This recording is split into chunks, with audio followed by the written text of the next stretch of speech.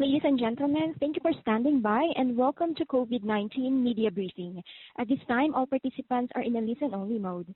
After the speaker's presentation, there will be a question and answer session. To ask a question during the session, you will need to press star 1 on your telephone keypad. Thank you. I would now like to hand the conference over to your first speaker today, Mr. Michael Schomer. Sir, please go ahead. Thank you for joining us for the COVID-19 daily media call for April 28th. Governor Walz will not be joining us on today's call. Today's agenda will start with an update on the COVID-19 outbreak from Minnesota Commissioner of Health Jan Malcolm and Infectious Disease Director Kris Ehresmann. Following that update, we'll focus in on two related updates to testing. First, we'll hear from MDH Assistant Commissioner Dan Huff on the progress of the testing ramp-up announced last week. Then we'll hear a brief update from MDH State Epidemiologist Dr. Ruth Linfield about serology testing in the context of the COVID-19 response. Following those opening comments, we will open it up for media questions. With that, I will now turn it over to Minnesota Commissioner of Health Jan Malcolm. Thank you, Mike. Good afternoon, everyone. Just a quick data update as usual.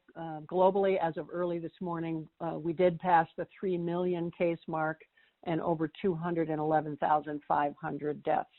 In the United States, we're fast approaching, and I'm sure by now have passed 1 million cases and over 56,000 deaths. Here in Minnesota, we reported our by far largest increase in confirmed laboratory cases, up 365 positives from yesterday to a new total of 4,181 cases. As Kris Ehresmann will probably remark, a lot of that is due to the intensive testing that's going on in certain regions of the state with outbreaks associated with food processing. We have a new total of 301 deaths in Minnesota, up 15 from yesterday. 10 of these deaths, again, occurred in residents of long-term care facilities. I think Kris will also have some comments in follow-up to some of the questions from yesterday about the fact that we know that these numbers, particularly on the case count, are going to rise dramatically, which will have a pretty clear impact on the percentage of cases resulting in death, as we talked about a little bit yesterday. Today's announcement of 15 additional deaths includes 5 in Hennepin County, 3 in Anoka, 2 in Dakota, 1 each in Clay, Crow Wing, Candy, Ojai, Washington, and St. Louis. And demographically, 1 person in their 100s, 1 in their 90s, 2 in their 80s, 7 in their 70s, and 4 in their 60s. As of today, 1,912 patients have been released from isolation. 314 patients are currently in the hospital, 120 of those in intensive care. So we have seen over the last week or so a slight shift toward more hospitalization in the non-intensive care beds. I think with that, I'm going to turn it right to Kris for some additional comments on the increases that we're seeing in testing and what that means. Thank you, Commissioner.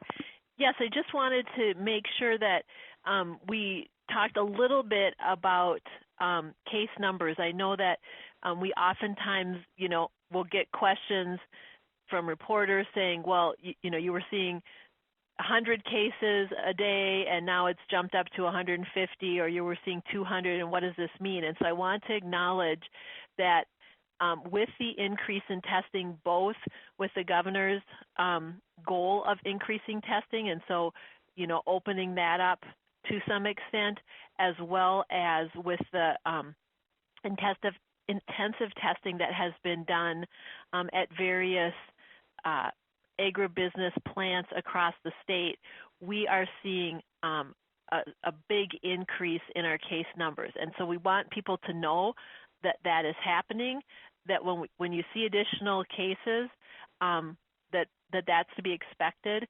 With more testing, we will see more cases. And so I want to lay that out, that in the next number of days, we are going to continue to see more and more cases. And people should not be shocked or concerned, because as you recall, when we were talking about our cases earlier in the pandemic when we had less testing capability. We talked about how each case represented just a portion of what was really happening in the community. Now that we have more testing, we are having a chance to actually measure what's happening in the community. So I want to put that in context so that people understand that there will be more cases. And then we did get a specific question yesterday about the fact that the deaths in Minnesota represented a higher proportion of cases than were being seen in other states. And I did comment that, part of the reason for that is because our testing has been so targeted. We have prioritized individuals in long-term care settings for testing. And as a result, we have been testing a higher proportion of very vulnerable at-risk individuals who are predisposed to more severe disease and unfortunately death. So the numbers that we were seeing were not a true representation of an assessment of the total population. And as an example of that, yesterday, our deaths represented 7.49% of our cases. And today, with increase in cases in other sectors of our population, that has dropped to 7.14%. So we will continue to likely see that change as we're doing more and more testing in what would be considered a less vulnerable population. So just wanted to bring those 2 points to your attention, and I will now turn it over to Assistant Commissioner Dan Huff. Thank you, Kris. Good afternoon. Good afternoon, everyone. Wanted to provide an update on where we are in our testing strategy as we launch what Governor Walz describes as our moonshot to increase testing statewide to everyone that needs it. A week ago, we reported 927 tests done in a day. And since the governor made his announcement, we have exceeded 2,000 tests a day. And today we are reporting 2,412 tests being done yesterday. So more than doubled from a week ago. That's good news. We're not where we need to be on testing. We know that this is a ramp up. It is not something that you flip a light switch and it comes on, but rather we are increasing capacity every day. Some of the major accomplishments in this agreement are, one, is that we now are developing an integrated testing system statewide with every healthcare system in the state. So instead of only being dependent upon your particular healthcare provider, we now have a statewide network so that if one provider is low on capacity, we're able to tap into others. And by contracting with Mayo and the University of Minnesota, we are opening up that excess or surge capacity. We do have a testing coordination center that is working with representatives from our various healthcare organizations and Mayo and the university and MDH to make sure that we are integrating and providing testing statewide that people need. We've launched a website where clinics can send us their information of where they are doing testing. That website changes every day as clinics come on board, or if they run out of supplies, they may go quiescent until they are able to get supplies again. So check that website for any updates as those occur daily. We're also now beginning to ramp up the other parts of our testing program. One is looking at contact tracing. As Kris Ehresmann discussed some of the work that they have been doing, she and her team are an amazing group of hardworking disease investigators. However, we are now moving into unprecedented levels of testing, and we will need to have unprecedented levels of case investigators. So we're beginning to ramp that up, training more people within the department, training people in local public health as we expand that network. We're also looking at how do we target our priority populations. We know in recent cases, and as Kris described, we have hotspots in long-term care, in our food production, and these are all priority populations that we are looking to test. We want to test people in congregate care settings, long-term care, prisons and jails, homeless shelters, etc. We want to test people experiencing homelessness. We want to focus priorities on communities of color because we know that they have been disproportionately impacted by this virus nationwide. We are looking at testing workers in our critical infrastructure, utility workers, transportation workers, our child care workers, people involved in food production or in working in the grocery store. All of these workers are critical to the daily functioning of our society, and we are prioritizing them for testing as well. As we develop this moonshot approach, we will have some,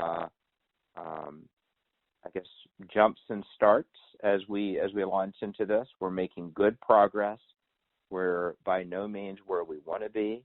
We do not have the capacity to test everyone that we want to test today, but we have doubled that since a week ago, and we will continue to increase that. Thank you. With that, I'm going to turn it over to our medical director and state epidemiologist, Dr. Ruth Linfield.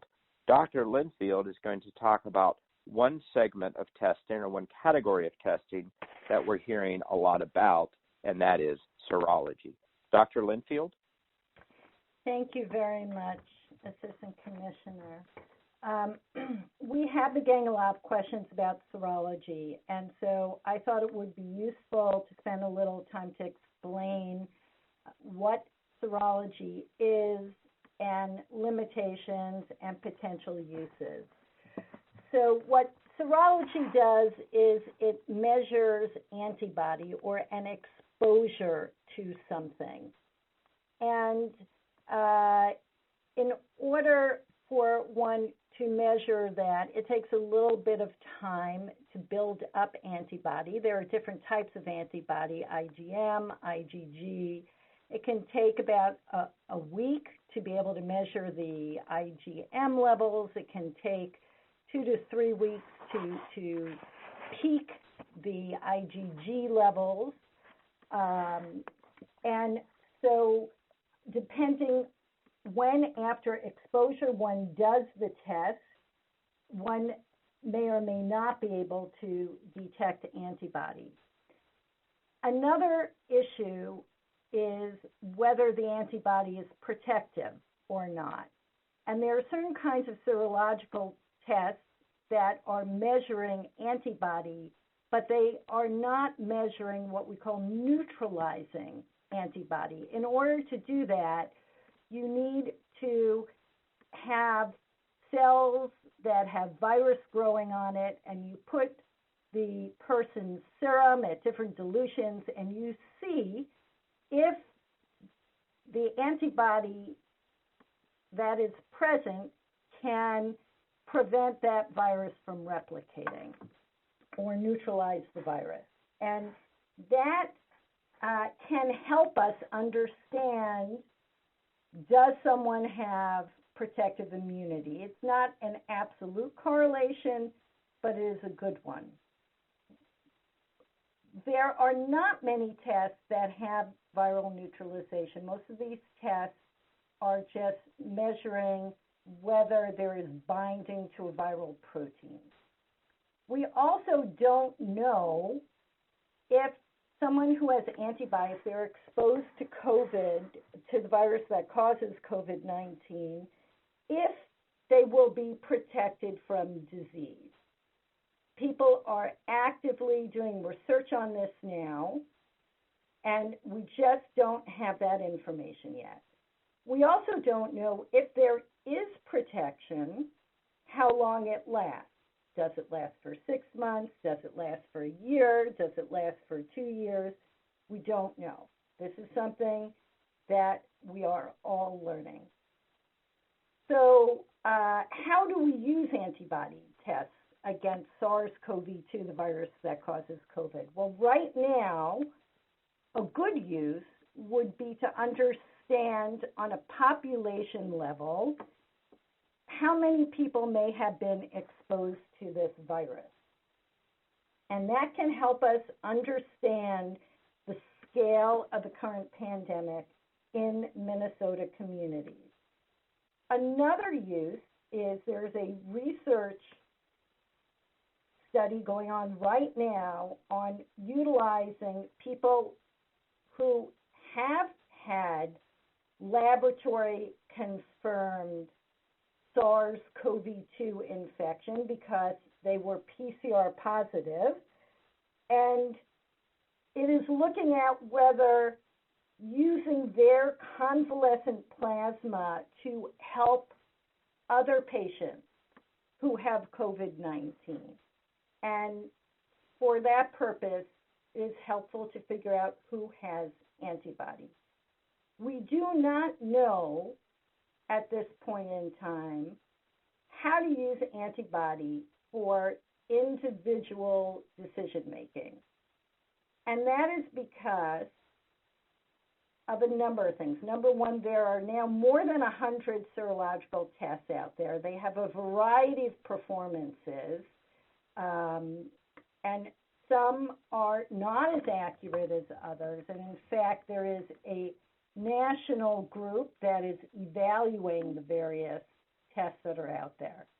But even if you have a test that has very good sensitivity, so it can detect the antibody, and very good specificity, which means it's detecting SARS-CoV-2 and not one of the other human coronaviruses, or not cross-reacting with something else, the accuracy is going to vary with how many people have been exposed, because these tests are not 100% sensitive or 100% specific. And when there are fewer people in the population who have been exposed, the chances are that the positive is a true positive, or what we call the positive predictive value, falls. And we will have a certain number of people who test positive who aren't truly positive. And finally, the other thing is, again, we don't know what it means. We don't know if somebody has antibody present. We cannot say that you are not going to get infected again, because we don't know that. We don't know if you get infected again, you may still be able to shed virus and transmit to other people. So at this point in time, really the uses for serological testing are for seroprevalence, and we are going to be doing some of these studies in Minnesota to determine how widespread the infection has been, and for use for identifying persons that have an antibody response that can serve as convalescent plasma donors.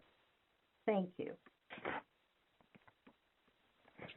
Thank you, Dr. Linfield. As we start the question and answer session, we'll ask that reporters limit questions to one primary question and one follow-up, and that you limit multiple questions from each media outlet so we can field as many questions from as many outlets as possible.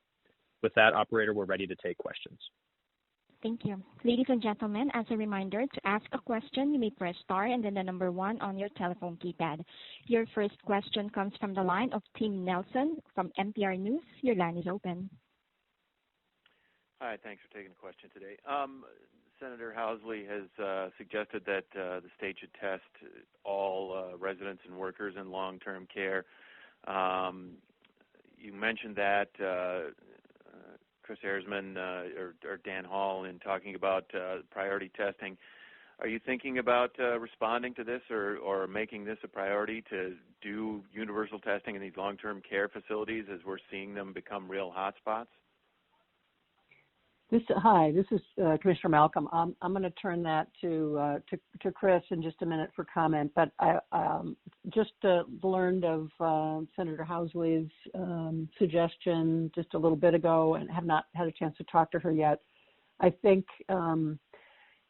building a little bit on what Dr. Linfield was just saying, I think we and she was talking in the context of the serologic testing. Kris may have additional comments on the optimal use of PCR testing as well. But the fact of the matter is, we're still, as we're ramping up testing volumes, we're still in the position of needing to set some priorities for testing. So it might be a laudable goal to move toward broader population testing in these particularly vulnerable settings, but it just in complete candor, it would not be something we'd be able to do immediately with the available capacities. Kris, would you want to comment further? Thank you, Commissioner. I'll just add to that by saying that we have been prioritizing testing in long-term care facilities for the last number of weeks, and we are continuing to do that. And that is focusing on individuals or situations in which we identify residents who may have symptoms compatible with COVID or staff members. And so we continue to see this as a priority population for testing because of their vulnerabilities. But as the Commissioner said, capacity is not yet where it needs to be to say that we would just do widespread testing across the board in every facility, simply because of those limitations.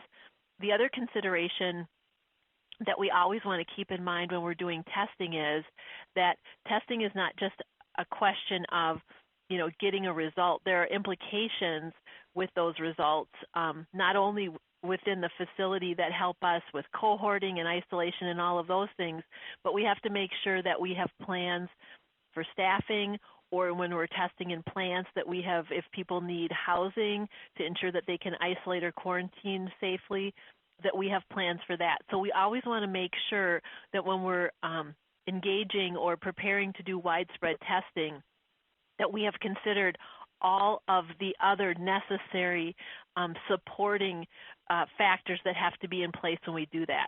So we want to do that. We want to do more testing, and we want to make sure that when we engage in that testing, that we have all those supports in place so that it can be successful all the way around. And this is Dr. Linfield. I just want to add one additional piece to it, that when you do a PCR test to see if someone has an active infection, you're looking at one point in time. So if they are negative today, that does not mean that they're not incubating the infection and that they would be positive in a couple of days. And so we have to know how to use the testing, and also how to follow up and work with people who have had significant exposure. Because testing someone while they're in the incubation period doesn't mean that they're not out of the woods. And so it has to be used carefully and in context. Thank you. I just have to, I'd ask if that isn't a better alternative to, the emergency shutdowns and evacuations that we've been seeing in some of these centers. I appreciate the need for planning, but that isn't how it's been working out either. This is Kris Ehresmann. I'll just comment that some of the challenges have been because there has been insufficient staffing to address some of the testing that has taken place. So we want to make sure that we have thought that through. Thank you. Your next question comes from the line of Jeremy Olson of Star Tribune. Your line is open. Yeah, hi. One of my questions had to do with the accuracy of molecular diagnostic testing, not in just sensitivity and specificity, but in the percentage of people who end up with positive tests. I mean, it's been about 10% or less every day of test results resulting in positive cases being found. given that you're working with high-risk populations, are you surprised that rate is that low? Do you expect that to change? Maybe talk a little bit about that positive testing rate. I would ask probably Ruth and Kris both, if you'd like to comment on that. I can start, and then Ruth, if you want to follow up. Sure. I can tell you that the testing that we've done in certain populations has yielded a much higher positivity result than what you gave. So when we're doing testing in a setting that we're aware of transmission, we're seeing very, very high positivity rates. But even so, with our testing in long-term care, we're seeing much higher rates than we might have expected if we were, testing the general public. But I'll let Ruth comment. Yeah, I was going to say a very similar thing, that, it's a different statistic if you're looking at what is the proportion positive amongst all the tests that are being done, because not all of those tests are done in high priority populations or people with whom we have a very high index of suspicion of having COVID. And when we do testing, say in a long-term care facility that does have other tests, as Kris says, the proportion positive is quite a bit higher. And so it really depends on the population. Gotcha. Quick second question. With respect to discoveries of these outbreaks in long-term care facilities, have you guided long-term care facilities on how and when they're supposed to disclose deaths or outbreaks to residents and to their family members? Is there a standard way of doing that? We've heard some irregularities on when families are learning that there have been deaths and cases of involving COVID-19 in facilities where they have loved ones. I believe we have given some guidance on communications to the facilities. Kris, can you comment on that? Sure. Yes, we have, with every time that we have a situation in a facility, as we've talked about, we assign a case manager. We're working with them on a regular basis, and we do provide them with materials that they can share with residents, families, as well as talking points. So we have guided them on the importance and given them some tools that they can use on the importance of being transparent and providing information.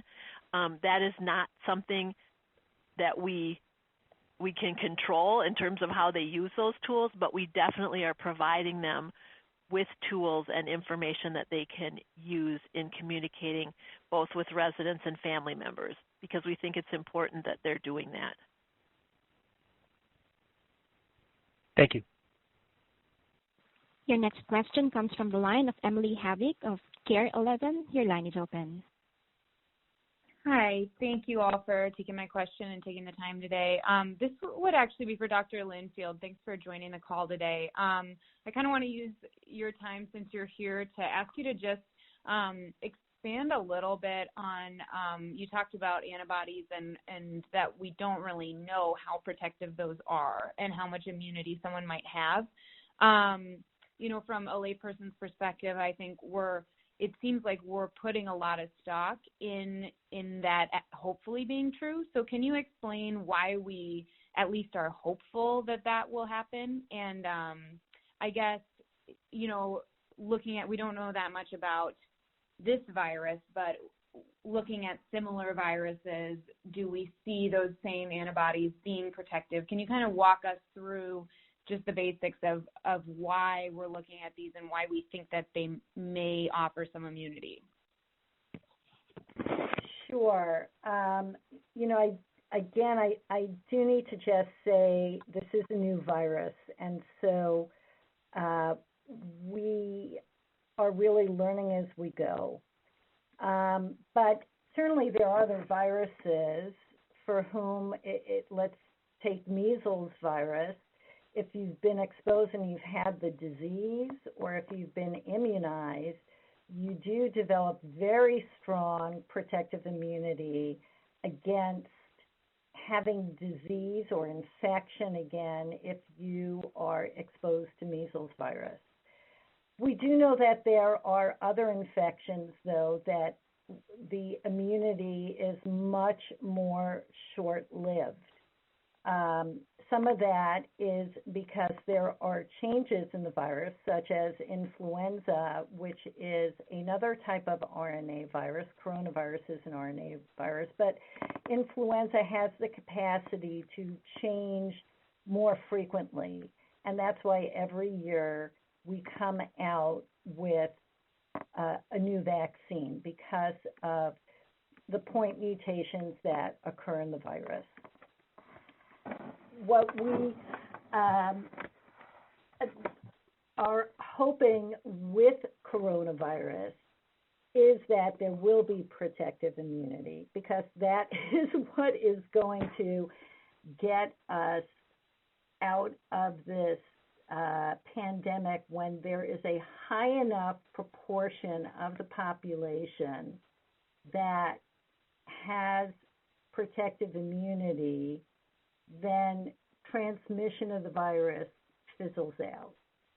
And oftentimes we would see that if, for example, we have an effective vaccine, let's go back to measles, if we know that having 92% of the population either have had infection or have been vaccinated and have mounted antibody, then measles doesn't circulate for extended periods of time. It will go and find the person who has not mounted antibody, and it may infect them, but it doesn't keep going around and around. And that's why we have been able to eliminate measles from the U.S.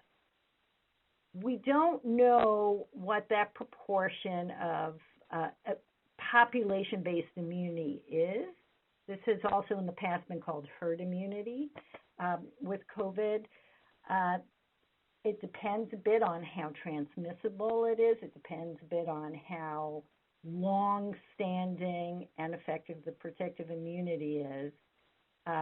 Some scientists have estimated that it needs to be in the rate of 80 to 90%. And if that is the case, we really hope that we will have an effective vaccine, because that will be the most effective way to ensure high rates of immunity in the population and that the virus does not continue to circulate. So I hope that's helpful. Yeah, I think it is. Just a follow-up question, Dr. Linfield, how hopeful are you right now, given what you know, that these antibodies will be significantly protective? So this is a hope. This is not science, and this is my opinion. I am hopeful. I think, though, that it may not be the case that it will have lifelong immunity, but I am hopeful that there will be immunity for a period of time. But this is something that we really have to be very careful about, because at this point in time, if I had, say, a healthcare worker who had PCR positive infection with SARS-CoV-2, I would insist that that person wear the same personal protective equipment as someone who did not have laboratory confirmed SARS-CoV-2, because we do not know at this point. And so we have to be really careful.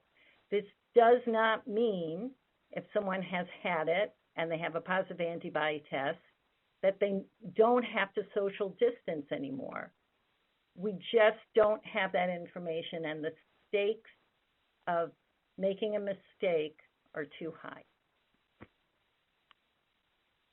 Thank you very much. Your next question comes from the line of Matt Sapik of Minnesota Public Radio News. Your line is open. Hi there. You've probably heard the news that President Trump is signing an executive order requiring meat plants, meat processing facilities to stay open as critical infrastructure. Given what's happened at plants here in Minnesota and across the border in South Dakota, how big of a risk is this to require these plants to stay open? Well, this is Commissioner Malcolm. I'm going to invite Kris and Ruth to comment on this as well, but it certainly seems, while we appreciate the importance of these industries to our farmers and to the food supply at a time when we're seeing such explosive increases in numbers of cases and the impacts on surrounding communities, it seems problematic, to say the least. I haven't seen the order. I don't know if it also requires plants to operate differently or at lower capacity or any of the strategies that could possibly mitigate risk. So I should probably reserve further comment until I know the specifics of the order. But it seems counterintuitive on the level of just what's happening with the outbreak, but understanding that these are very important industries and everyone wants to see them operating as soon as and as safely as they can. But Ruth, Kris, thoughts? Yeah, this is Kris Ehresmann. Definitely, with the testing that we've done in Nobles County with JBS, we have found a very large number of positives. We recognize that there's interaction both with individuals through their employment as well as in the community.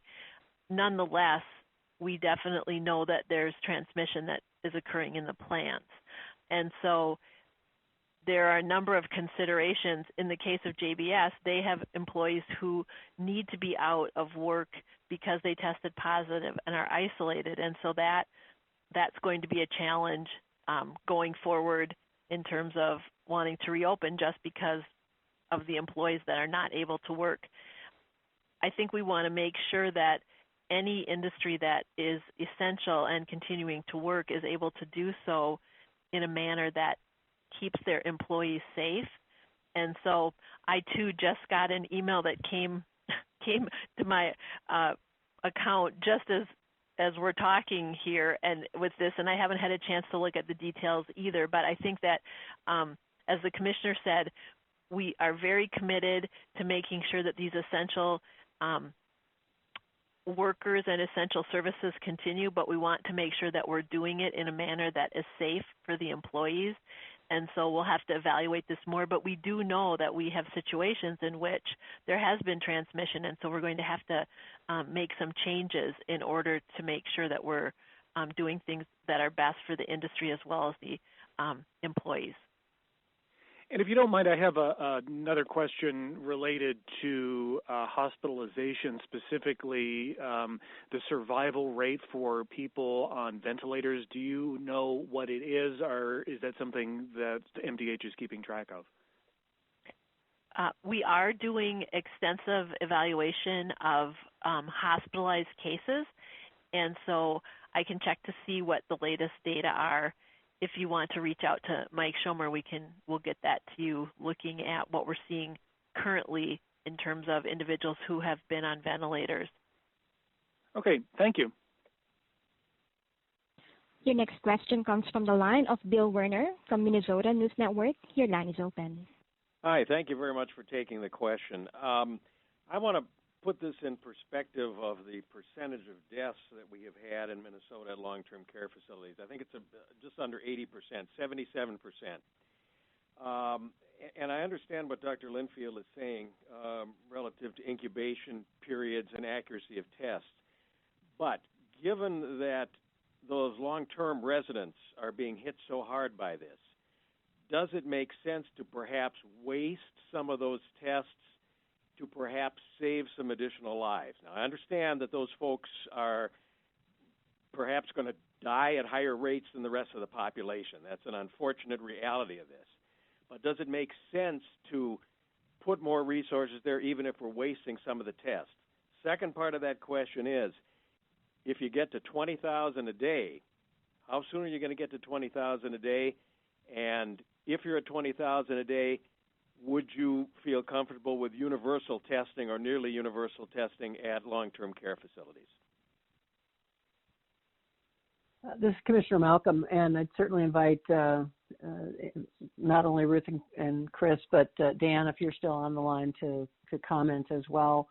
The goal is, I think, of when we described when we announced the testing partnership, is to build the capacity to do 20,000 a day within the next 3 to 4 weeks. And as I said, as with all new ventures, we're working out some logistical kinks, not ramping up quite as quickly as I had hoped, but we're expecting to get more precise forecasts of day-to-day or week-to-week growth that we can share with you soon. But the goal is to get to 20,000 within the next month. At that point, but then again, I think those estimates of what we thought we needed will continue to evolve. And I think, as the governor said, it's not so much about a specific number, but about learning what we need to test smartly and to meet all the goals of being able to appropriately treat people, appropriately identify and respond to hot spots, and do the kind of surveillance testing that would let us get a more accurate picture of the spread of the disease throughout the population. But as we have more hot spots, and what's happened in the food processing sector, I think has happened quickly and of a scale that we didn't anticipate. So I'm just going to reserve the right a little bit to maybe recalculate what we think our need might be. So to answer your question about once we get to 20,000, does that mean we can do universal testing here, there, or the other?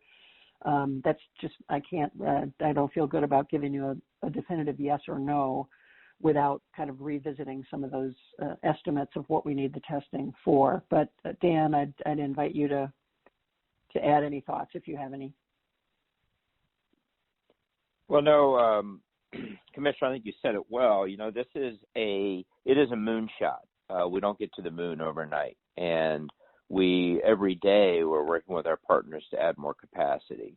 We have a whole team of folks that are working on nothing but sourcing additional lab supplies, both collection and testing supplies. We're working with Minnesota-based manufacturers to do production as well. So we're doing everything we can to increase capacity as soon as possible. Part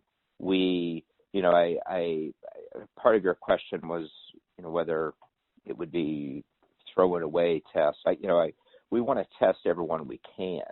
As Kris mentioned earlier, our residents of long-term care have been a priority from the beginning because we have seen them as our most vulnerable population and those who need to be the most protected.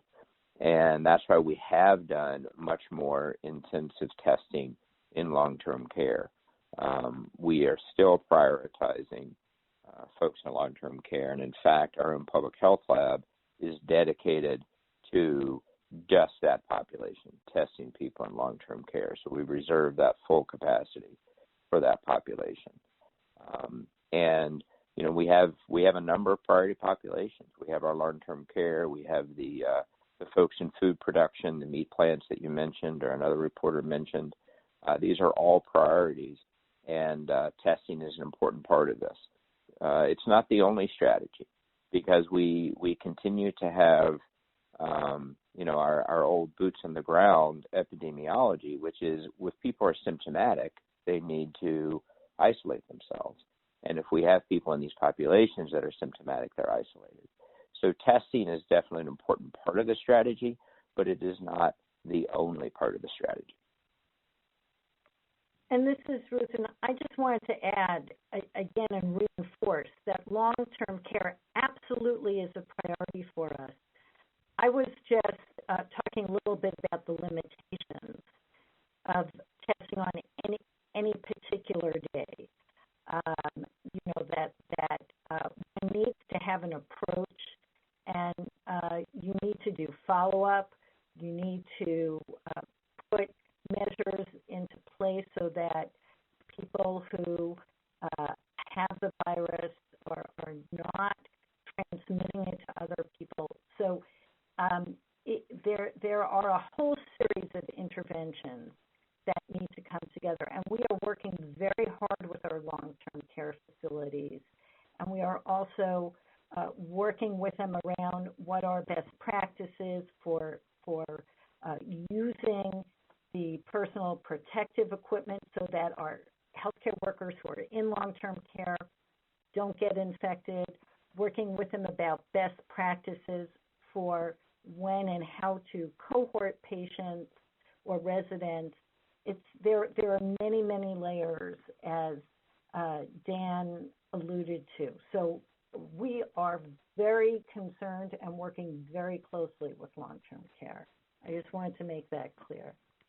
I just want to be sure that I'm understanding what Commissioner Malcolm said. It sounds like, Commissioner, you're saying that ultimately when you reach the goal of 20,000 tests per day or whatever the goal is in 3-4 weeks, that how those tests are allocated is still going to be dependent on hot spots, on what's happening in food production, the other various critical areas in addition to long-term care. Am I understanding you correctly, Commissioner?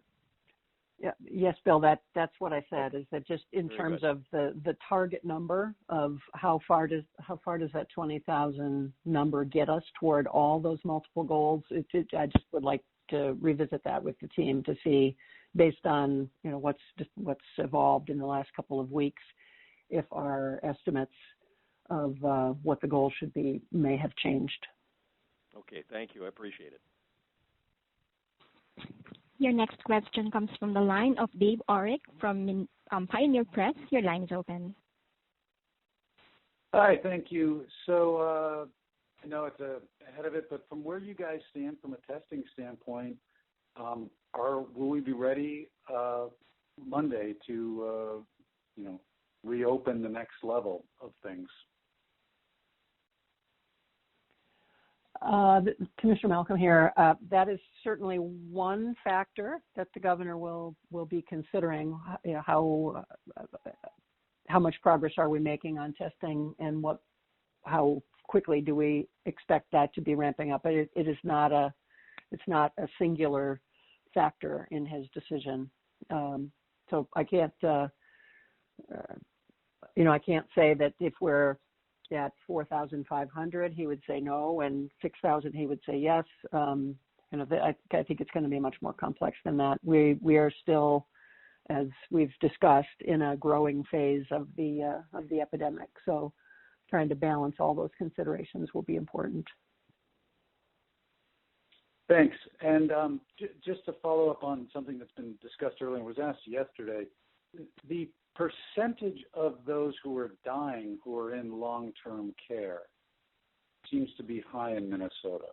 So this is not dealing with targeted testing, I don't think, unless you think our deaths are not a representative sample. But why do we think we're having such a high proportion of deaths in long-term care versus the total number of deaths?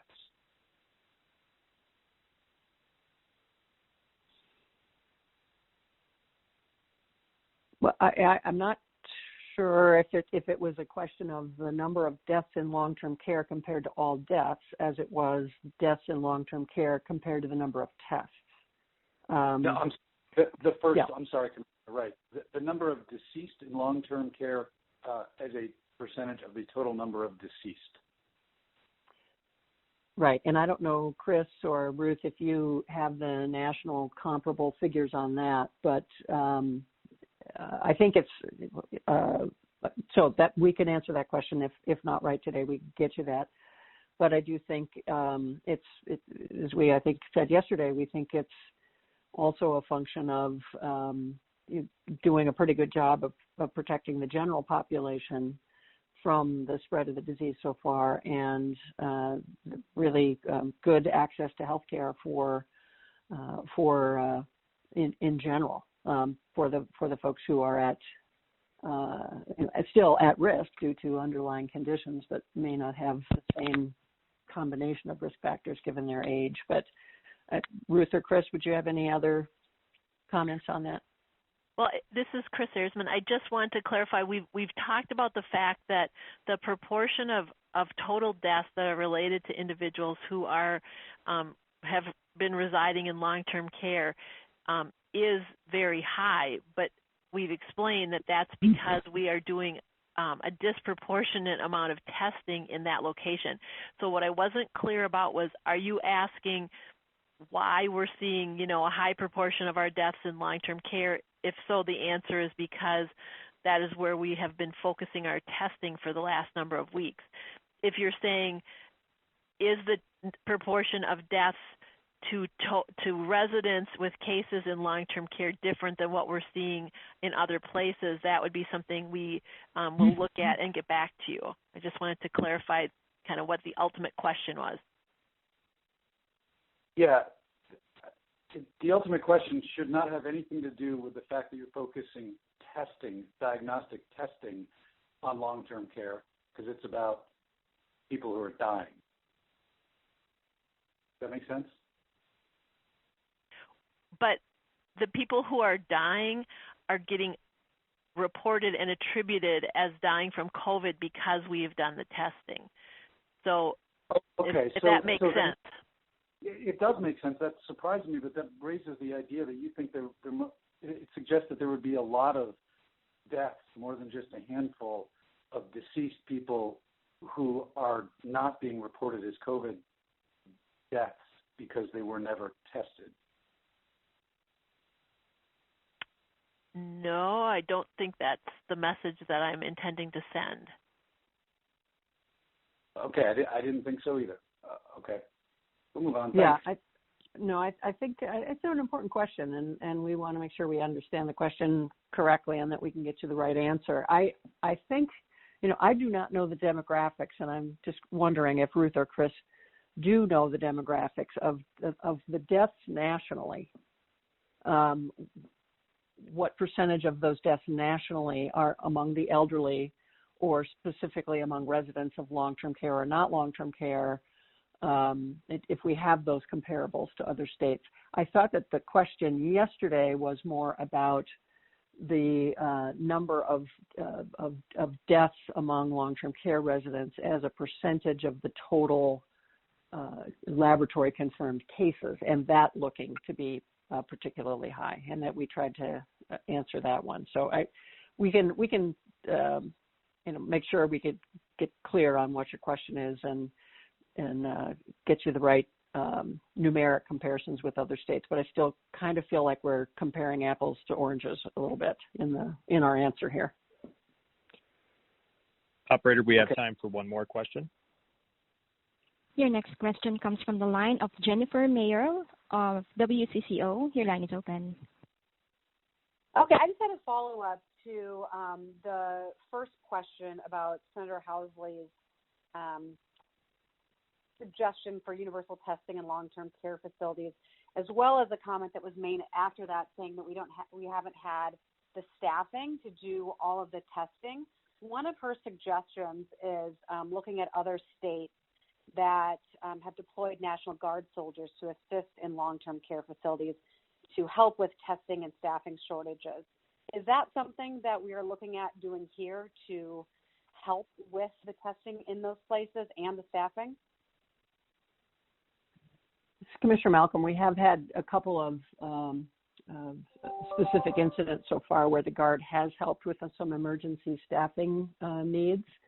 So we're continuing to work on not just, I think I might have mentioned this earlier in the call, with a lot of work really is going on around the response to individual facilities with individual crisis situations, and we're working hard to come up with more of a statewide plan that would perhaps get more clear on what role the Guard can play, perhaps in both the testing and the staffing situation. So rather than kind of one facility at a time, we're trying to simultaneously be helpful to each facility and try to, kind of come up a level and think about a more statewide response as well.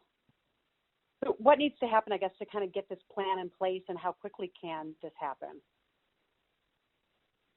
we're working on it right now, and I think we've mentioned before that we have a team from the CDC that's visiting Minnesota. Ruth, maybe you might want to comment quickly on what conversations you've had with them, but we're looking forward to some recommendations from them to inform that plan. Ruth? Yes, thank you. We have had the team here for about 2 weeks, and they have been helping us assess long-term care facilities. They've gone out with us on a number of visits, and we are coming up with tools and criteria, for best practices. And as you might imagine, it's a very complicated situation. There are staffing shortages for a number of different reasons, and we are trying to address some of these reasons, including that is an extremely stressful environment to work in. And so one area that we are trying to do is we do have a behavioral scientist as part of the team who is helping us strategize to boost the and improve the ability to work under such a stressful situation. We are also working with facilities to look at ways that some facilities have been very successful in limiting transmission and trying to understand what were the procedures that they did that can be applied elsewhere. And as everyone knows, the residents in these facilities are so frail and fragile, and they vary. Each facility is different, and the ability to move residents around and be successful in that, or move them to an alternate facility, all that varies depending on your patient population. And so we're really trying to come up with ways of assessing each facility and ways of strengthening that facility and its ability to respond. And the other thing that's really hard with these facilities is that we can't put a bubble around them. I wish we could. That would be the best way to strengthen this very fragile and vulnerable group. But healthcare workers come in and out. And in fact, there are some patients who need to go out for dialysis. And so really working hard to find ways to limit movements of people, limit interactions with people, it is something that we are continuing to examine and to refine and to figure out ways of continually checking on who may be getting infected and how transmission may be occurring. It is really important, though, for everyone, I think, to recognize that it is so hard for these residents, and we have to continue to protect them for an extended period of time until this virus is no longer widely circulating in the community. And so this is not a simple thing that you just do testing one day and it's not in the facility and then we don't have to worry about it. We have to constantly be on guard, and that makes this tough. This is going to be going on for a really, really long time. Thank you. Thank you for that. And one last follow-up with that is we're talking about the number of tests increasing in places where we're having our priorities set. I know we're up to, we've increased our testing just from a week ago. To get to Monday, do we think we'll have 5,000 tests to be able to do at some of these priority places or just across the board in Minnesota? The 5,000 the governor has been looking forward to kind of reopen the state.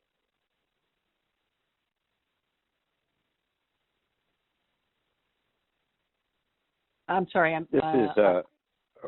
Go ahead, Dan. Go ahead. No, please go ahead. I didn't catch the first part of that question. Sorry. So first of all, the 5,000, as Commissioner Malcolm mentioned at the beginning, or to an earlier question, the testing is one part of what we are looking at as we reopen the state. We desperately want to let people get back to as much normalcy as possible. But that has to be within the confines of good, sound public health guidance and protecting people. We are looking at a number of factors for reopening the state, and testing is but one of them. Will we be at 5,000 by Monday? I can't answer that. We're ramping up throughout the system. Every healthcare system is ramping up their internal capacity. Mayo and the U are working feverishly to ramp up their own capacity. I can't give you a number as what we will be at on Monday, but I suspect it'll be higher than where we are today. Thank that you is very all much. all the time we have for today's call. If anybody has follow-up questions, feel free to reach out to MDH Communications at 651-201-4989. Thank you for your time today. We'll talk to you again tomorrow. Thank you, speakers. Ladies and gentlemen, this concludes today's conference call. Thank you all for joining. You may now disconnect. You may now disconnect. You may now disconnect. You may now disconnect. You may now disconnect. You may now disconnect. You may now disconnect. You may now disconnect. You may now disconnect. You may now disconnect. You may now disconnect. You may now disconnect. You may now disconnect.